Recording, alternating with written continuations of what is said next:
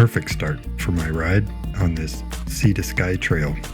Silence as the dawn it eases over Elfin Lake's campground.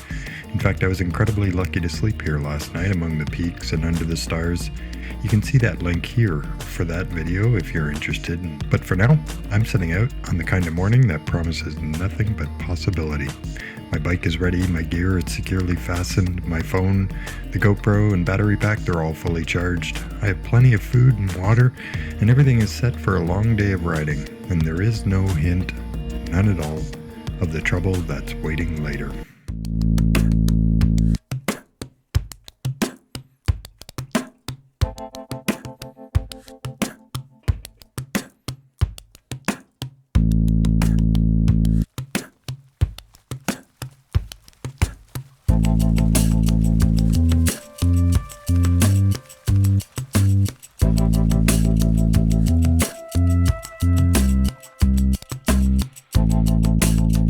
So a quick jump to the valley because, to be honest, I in fact underestimated the mountain bike trails in Squamish. I can confidently say that I'm absolutely no mountain biker. Steep, twisty trails with a lot of loose rock, I'm not in for this gnarly. So not much video from that bit of the ride, as there was actually a lot of walking my bike down, and in the end, not a huge deal except for an extra hour or two, and perhaps more fatiguing than expected, but also another lesson learned, a limit tested while out pedaling the long way.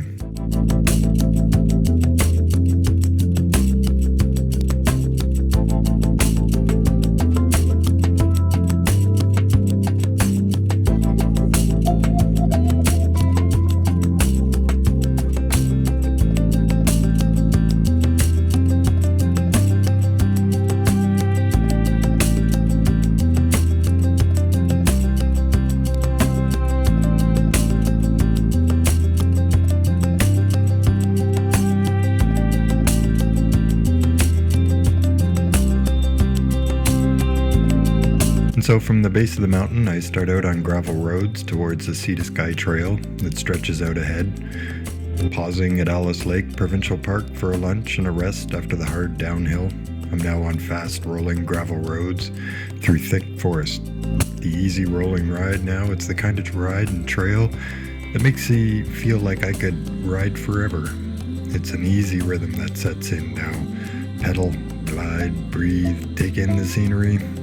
The only distraction, it's a periodic chirping from my phone for some notification or another, but really none of that matters at this point, so I easily tune it out and tune into the ride.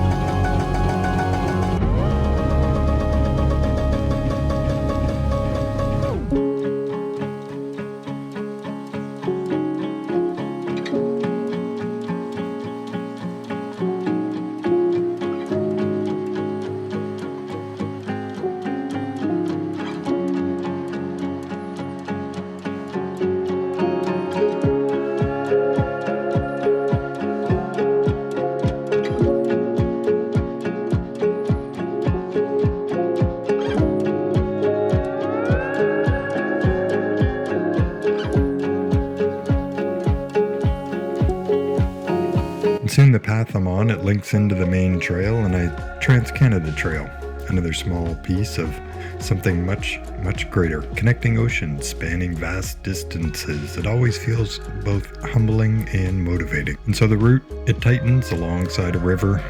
The gravel, it turns to rough and rocky in spots. Jolt to the tire now over the stones. It keeps me alert, keeps me bouncing along.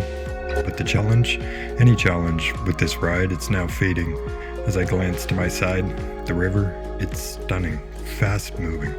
A brilliant, impossible shade of light blue. And so I have the sound of rushing water that pushes me along. A steady roar that's a continuous background soundtrack to my push forward along the trail. Except for the odd pinging and bleeping of my phone, letting me know of a spam text received or some other nonsense. Then comes the toughest section, the biggest ascent of the Sea to Sky route. It's where the grade, it steepens, and each pedal stroke, it feels quite a bit heavier, and now it's hot and there's less shade, so I'm sweating quite a lot, and I'm pausing for more water, and I'm catching a breath here and there. But as difficult as it is at this challenging section, I never really stop appreciating all the stunning scenery, crazy rock formations all along the way, peaks that dominate the horizon, and steep canyons that fall below, featuring rivers and winding rail lines. The forest, it quiets, except for the grinding of the gears and the rhythm of my effort and that phone that keeps pinging away.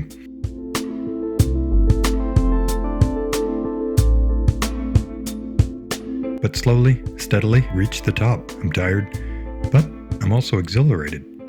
There's quite a bit of triumph and achievement. That quickly turns to disbelief, because at the summit, check my phone for navigation and the next turn ahead, and it's dead. My battery pack also drained. The realization, it sinks in. My phone, my only navigation. Without it, the route ahead, it all becomes guesswork. What felt limitless when I started out now has boundaries. I can't continue.